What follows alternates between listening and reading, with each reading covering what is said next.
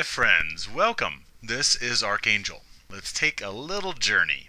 Males are brilliant and creative. Males are strength and compassion. Males have a depth of caring that will cause them to forfeit their own mortality for the welfare of another. The tragedy is that males do care, yet reciprocity of this caring is not returned to them in kind. Males deserve to be loved for being, yet they are not. Males desperately seek to glean equal caring from females, whether it be from a lover or from mommy. Yet males refuse to see that females do not care about males or their welfare in kind, nor will they anytime in the foreseeable future. Thus, males project their love, romance, and depth of caring onto females and choose to see female words and actions as manifestations of some basal love and caring of male personhood. Indeed, males project their own tender feelings and desires onto females, and for a fee, females will play along with males' little fairy tale. I can project warm and fuzzy feelings onto a crocodile and pretend that they care. However, this does not mean that they care about me or my welfare, nor does it mean that they won't turn on me any second they choose. This is the female placebo, males pretending genuine in the fake and inert. Yet, if males receive the attention and validation they desire, even though it's a pseudo-fix, then why change? Why rock the boat? This is the premise I explored in the first placebo video. Now, let's take this female placebo to another introspective platform. So the equation is this. Males want to receive caring from an exterior source, meaning a thing or being outside of themselves, and this exterior validation will then bolster their inner isolation.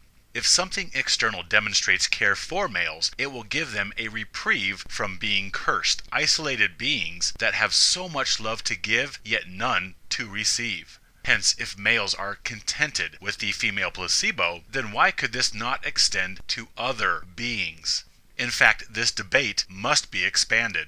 If males feel real comfort from female fakeness, even though placebo works for males because they do not know females are being insincere, then why couldn't males glean care from other sources? If males love a car and feel that their car loves them in return by functioning properly and getting them where they need to go safely, then what's the problem?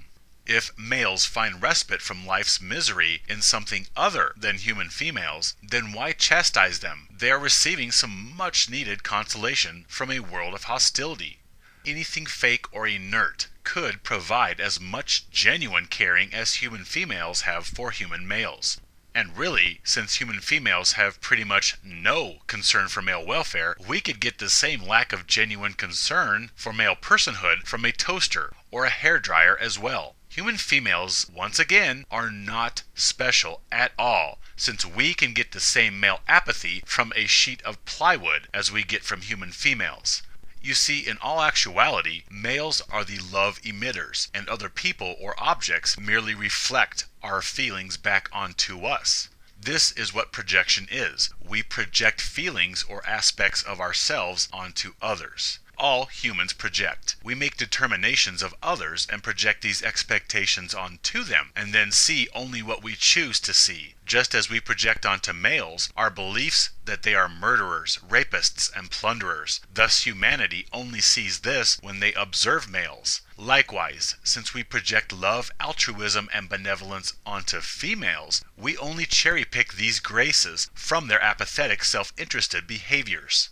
Now, one could argue that placebo effects of affection is why many people bond so fiercely with animals, because they derive the experience of caring from their pets. However, I could argue that animal fondness is not placebo, but genuine caring. Animals return genuine interaction to humans. What you see is how they feel. There is no premeditative subterfuge. Now, whether animals are truly caring, or whether they are simply incapable of malice and merely placate the hands that feed them, either way, I observe the actions that animals enact towards humans as genuine and not placebo. Okay, so where am I going with this? Well, what about caring from non-carbon entities? I have watched a few movies lately that have made me expand the placebo discussion to non-biological entities. I have long observed a device in science fiction movies where the geek will find affection from a robot or android or artificial intelligence such as a ship's computer or a hologram program. One of the things I love about movies, especially sci-fi, is that it gives me some very deep pause to introspect the human creature. So why can't males find solace from non-carbon-based anthropomorphic female entities, or simply from stimuli and signals sent directly to a male's brain? This may sound silly to the brainwashed masses of gynocentric worshippers, but it is just as relevant to the placebo males receive from flesh and blood. And in fact, this is more relevant to males. And if you are like me, you wish this technology was available now, today. Take androids. I foresee that males could love a sentient android just as fiercely as a biological female, if not more so. So what's the problem? This is placebo. Back off and let males enjoy their fantasy, right? Well, in this instance, I see no problem. In fact, I see less harm in mechanized female placebo than carbon-based female placebo. Now, the discussion takes two avenues here. One, gleaning companionship from a program designed to mimic caring for humans. And two, actual self-aware artificial intelligence. If a male finds intimacy from an advanced computer following a program to mimic love and caring for a male, then how is this different from a biological female mimicking care in order to usurp utility? If a male finds comfort and enjoyment in a program, then it is placebo. And for those arguing gynocentrism and validation through human females, which is the female placebo argument, these pro-female placebo arguers would be compelled to embrace this stance as well, as a matter of consistency in order to avoid hypocrisy of dogma. Female placebo is female placebo, no matter where males receive it from.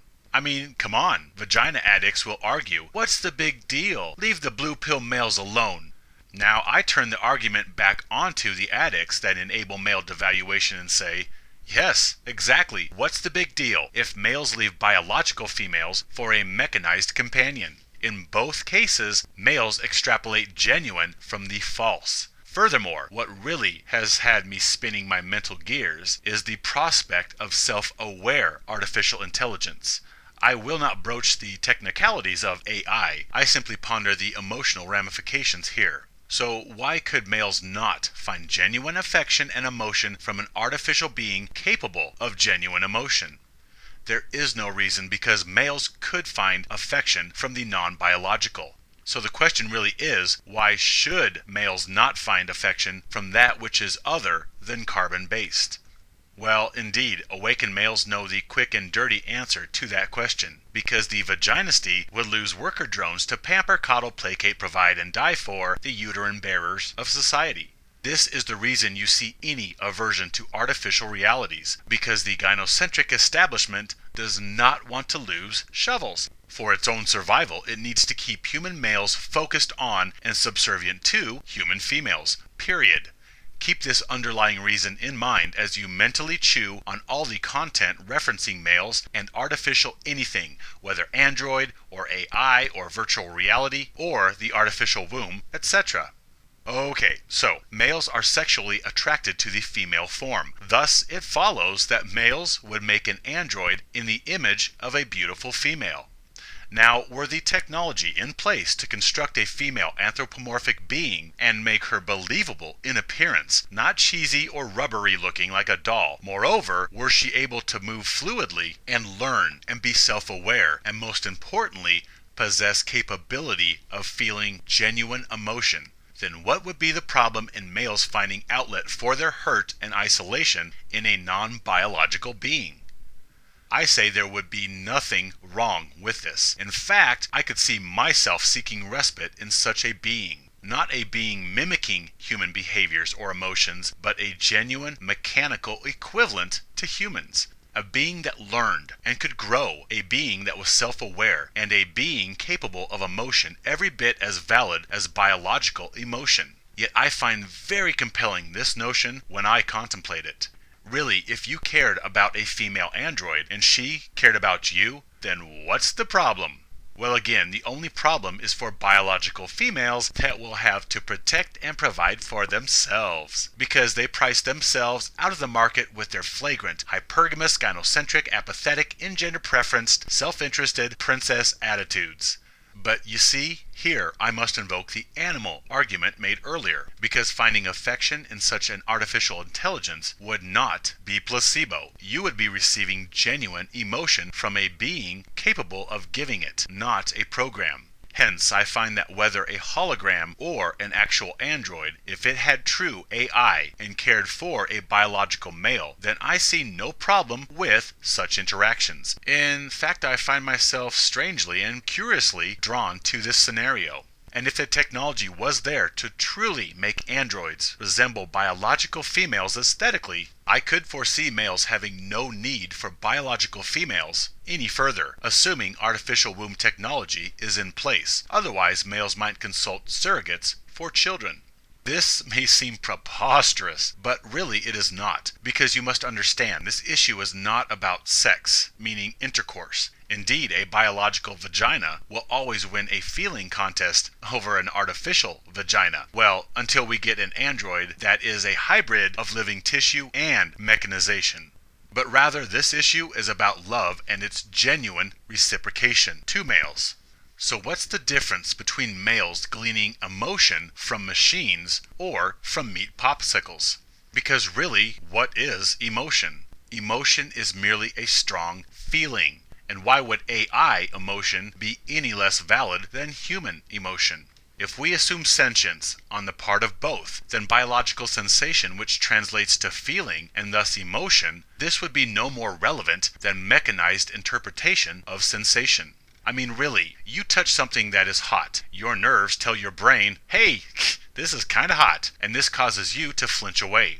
This whole experience gives you a negative emotion based upon the precedent set in your mind from previous encounters with hot objects.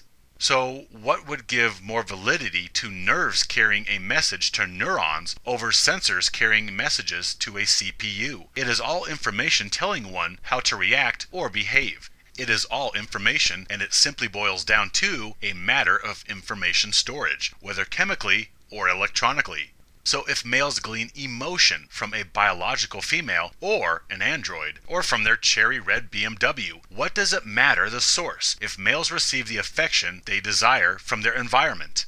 I mean, come on. Organic females pretend to care about males, but they do not. So an artificial life form could be just as fictitious and say or pretend that they care about males, and maybe even pop a microwave dinner in once in a while just as easily and genuinely as human females do these things. We already get fake from carbon females, so why can't we get fake from mechanized females? Now, I think the true gold in this conversation lies in a combination of the two life forms, which many movies have addressed, and this would be a combination of biological and artificial, like biological skin covering android internals. I really think this would render most females obsolete in the minds of most biological males. However, this discussion brings up further issues. If a female android was sentient, she would thus be free to learn and adopt likes or dislikes, and hence she may turn into more of a raging hoe than biological females. Moreover, because she is artificial does not mean she won't adhere or adopt biological feminist propaganda. And indeed, if she was truly self-aware and emotion capable, then that would by its very nature instill the survival instinct in her of self-preservation before all else. So she would then be self-interested just like human females. It seems the only creatures that have overcome their self-preservation instinct to protect others is human males. Because following this scenario, it might be that self-aware artificial females will not protect or die for human males the way human males will forfeit their life and dreams to protect females, children, animals, their android companion, or their motorcycle. It seems that unless we placed some sort of imperative programming into artificial females to protect and love males, they could evolve to be just as apathetic as human females.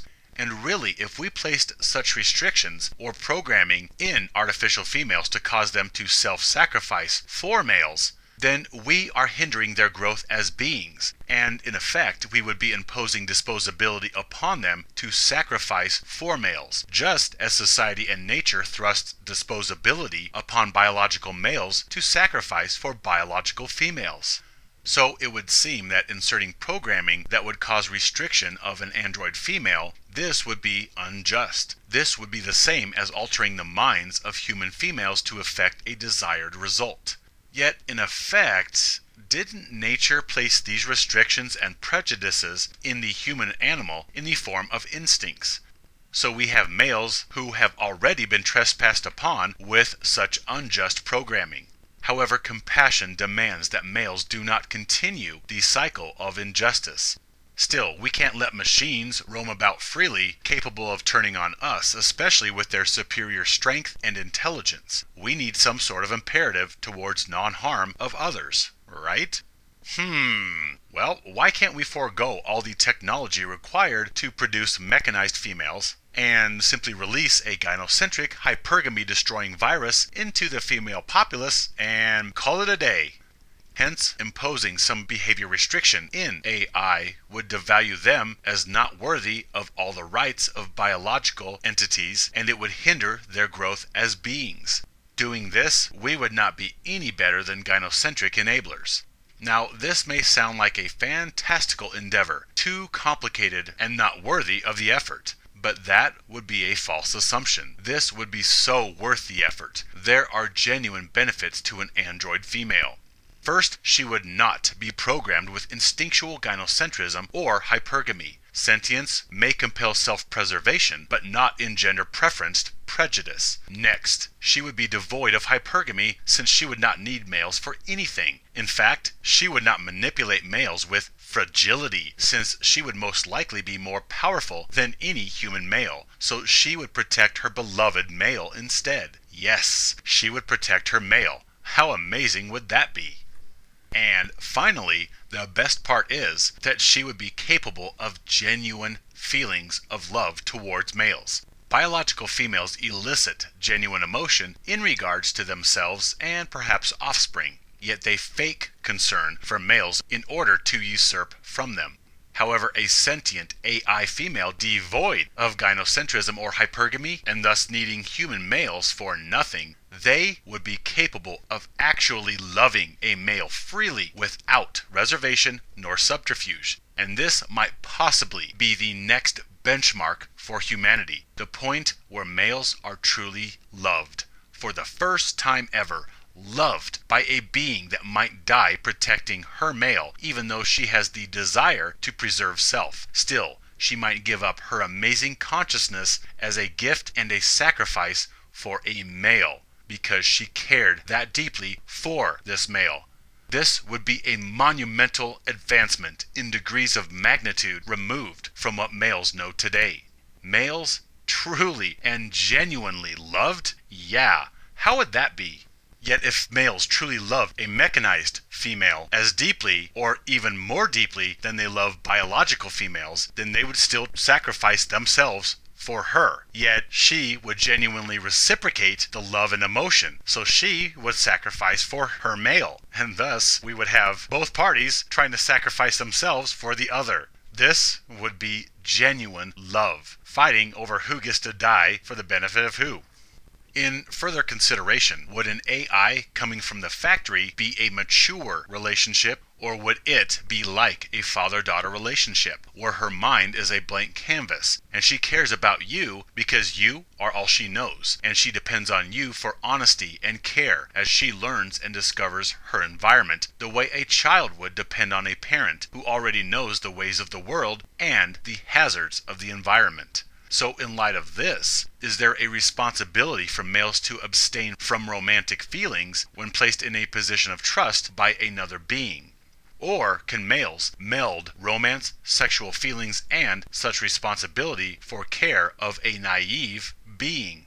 Or would the mechanized females simply receive programming, maybe even implanted memories, to kickstart her life? Might such mecha females go to some school or place of training in order to learn themselves and their sentience and develop personalities, after which you may meet and continue association if you both agree to continued relations. Because if males compel any type of obligation on her part, then she would be an object capable of ownership, not a sentient being with liberty and inherent value or rights. And here again, we would be treating AI females the same way society treats males, as objects of utility, only in this case, mecha females' utility would be loving males. Well, and because of her superior strength, males might use them for protection as well. There are a lot of ethical and moral points with which to pause over regarding a self-aware anthropomorphic artificial female entity. Still, I am very intrigued. Now, this leaves one more avenue left to consider: virtual reality. Thus far, we have been assuming that AI is genuine emotion in three-dimensional anthropomorphic electronic form. But then again, what if it was fake, merely clever programming? Yeah, and? If males garner genuine emotion and warmth from fake, what's the problem? This is the female placebo argument. Well, I think if we had Star Trek holodeck technology, you would see a severe shortage of males in societal participation. Virtual reality, to the point where it seems as real as the outside world, this would seduce most males. Because most males observe male devaluation everywhere in this world, and they only participate in it because gynocentrism is the only game in town. Males dislike the devaluation of themselves, yet they are too weak to live like a monk without the female placebo. So males put up with gynocentrism and human females because it is all there is. Gynocentrism is the only liquor store open.